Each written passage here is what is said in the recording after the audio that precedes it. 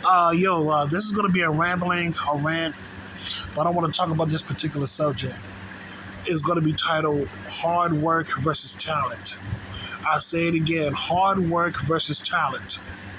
Um, One good example of a hard worker, what I mean by hard work, I'm talking about in the field of sports, stuff like that, or in different avenues or aspects for that matter.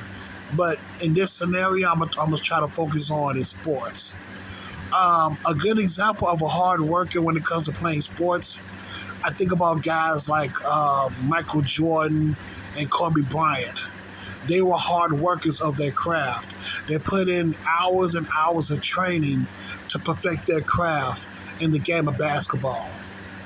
Now, when it comes to talent, guys like LeBron James, Allen Iverson, those particular guys were very talented when it came to when it came to sports. Because LeBron James and Michael Jordan. I mean, because guys like Allen Iverson, they played multiple sports like basketball and football. So they have the ability to play in multiple sports. You get what I'm saying? So that's a very good thing too. But so that's why they're deemed as talented because they can play multiple sports. But in my honest opinion, like they always say, hard work beats talent. If talent is not working on their craft, like guys like Michael Jordan and Kobe Bryant, like the main reason why those particular guys became well-known champions was because of their hard work. It wasn't just talent alone; it was hard work. I mean, don't get me wrong. LeBron James won a couple of championships too, but at the same time, he could have been on the same level as a Michael Jordan when it comes to having that killer instinct on the court. But LeBron James did not. He didn't develop that killer instinct on the court because if he did, he would have became a multiple NBA champion by this time. But he didn't. But overall, when it comes to hard work versus talent, in my honest opinion, it's best to become a hard worker because by being a hard worker, that means that you basically mastered your craft. You basically mastered the thing that you are a part of. And by being a master of your craft, that means that you thoroughly know what to do and what not to do when it comes to doing your craft. You get what I'm saying? Because a lot of people like nowadays, man, we take the word genius way too loosely. We use the term genius way too loosely. Do you get what I'm saying? Because it's like everybody wants to be a young genius. Everybody wants to be a young prodigy. But not everyone can become a young prodigy. You get what I'm saying? Either it's in you or it's not in you. And for the most part, there's nothing wrong with being a hard worker. There's nothing wrong with being a hard working grunt. Because by being a hard working grunt, that means that you are a master of your craft. And when it comes to talented people may have a gift of knowing what to do without putting in the work. But at the same time, they're going to suffer in the end because if they don't put in the work in their craft, they can never become a pure master of their craft. You get what I'm saying? See, I realize that when it comes to talented people, the only flaw that talented people have is hard work because they believe that by having talent, they can just skate on by when it comes to certain situations. But it doesn't work like that. So you need more than just talent just to skate on by in life. You gotta have hard work. And that's why hard workers are very underrated and they're very underestimated. You know what I'm saying? Because hard workers put in the time and the hours and the days of their craft to the point that they become true masters of what they were working on or what they were assigned to do. Like I said before, guys like Michael Jordan, he became multiple NBA champion 6 times. Kobe Bryant 5 times. LeBron James, I think he won like 3 or 4 championships, which is good, by the way, which is very good. But at the same time, he could have won. He could have won more championships if he would have developed that killer instinct. But in order for you to have that killer instinct, in my honest opinion, you gotta develop a strong will to work on your craft, and LeBron James lacked it. Now, when it comes to AI, Allen Iverson, of course, he never won any championships, but at the same time, though, he never won any championships. But at the same time, he was a talented dude. But the sad thing is that compared to those 3 dudes like Michael Jordan, LeBron James, and Kobe Bryant, sadly, AI never won any championships. Which is kind of messed up. But hey, it is what it is. But overall, though, man, getting back to LeBron James, he never developed a killer instinct, and that's what kind of off balance him when it came to chasing titles. Because if I'm not mistaken, LeBron James was trying to reach the same level as a Michael Jordan, but he couldn't. Because, like I said before, number one, he lacked hard work, and number two, he didn't have the killer instinct. See, guys like Kobe Bryant, he had a killer instinct, and that's what made him a 5-time NBA champion. Because he developed that killer instinct through hard work.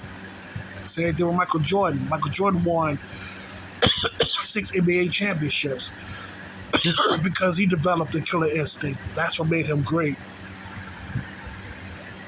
But yeah, overall though, man,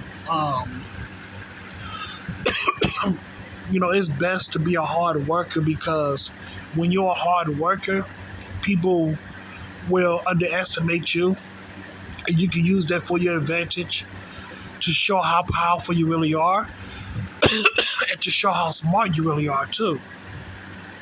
See, I realized something. When people, look down on others, it shows their arrogance. I say it again, excuse me. But when people look down on others, in my honest opinion, it shows their arrogance. And you can use their arrogance against them by showing your true character, by showing what you can really do. And that's in any avenues in life, whether it's in sports, business, or whatever. And to tell you the truth, my advice, if anybody's listening right now, my advice to anyone when it comes to dealing with people, when it comes to sports, business, or whatever, let your opponent underestimate you. Let your opponent look down on you and underestimate you, because you can use that to your advantage to show off what you can really do. And when you do that, it'll already be too late for your opponent to regroup. Because whenever your opponent looks down on you and act very arrogant towards you, you basically they basically let their guard down against you. And once they do that, you can pounce on them like a lion and actually show them that you have claws and sharp teeth. You get what I'm saying? So once they let their guard down, that's when you can pounce on them and actually show them off, and actually show them what you're really capable of. So it's, what you call that? It's not a sneak attack because you're not being sneaky. It's just that your opponent, in a sense, welcomed the attack because your opponent let his or her armor down. You know what I'm saying? Armor down to the point that it was easy for you to attack your opponent. You get what I'm saying? It's not your fault. That's your opponent's fault for looking down upon you and acting arrogantly towards you like you wasn't nothing. So like I said, man, when it comes to sports, or in different avenues or stuff like that, man. My bet, I said the best tactic is to let your opponent underestimate you. Let your opponent underestimate you, man.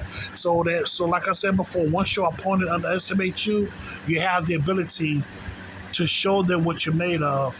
And by that time, it'll already be too late for your opponent to regroup his or herself. It'll be over. You know what I'm saying? The battle is over. You won. You get what I'm saying? By the time your opponent try to regroup his or herself, the battle will be over. You officially won. So let your opponent, underestimate you. Just worry about what you can and cannot do. Worry about, perfecting your craft. Worry about, just train, just worry about you. Focus on what you need to do.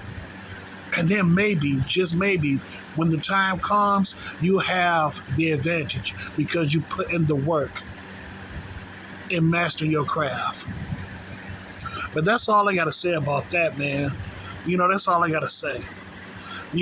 Hard, like I said before, and this is a universal truth. Hard work does beat talent if talent don't work on their craft. You get what I'm saying? Now here's the thing. Now, I will admit this. Now, if talent does work on their craft, then I have to admit it. Now, if talent does work on their craft, then no amount of hard work can beat that talented person, because that talented person not only is talented within that particular craft, but he or she perfected that craft too. So no amount of hard work can beat that talented person, because that talented person put in the work on their craft to the point that he or she is damn near invincible. You get what I'm saying? So when it comes to talent, if that talent works on his or her craft, there's no amount of hard work can defeat that person. Yeah, but that's all I got to say about that, man. That's all I got to say. But overall, though, man, for the vast majority of times, yes, hard work does beat talent, because the way how we as humans are, we like to skate on by with our talent without putting in too much work. But that is going to be our downfall, because you may be talented, but if you don't put in the work to perfect your talent, you will always fail. And that is a guarantee.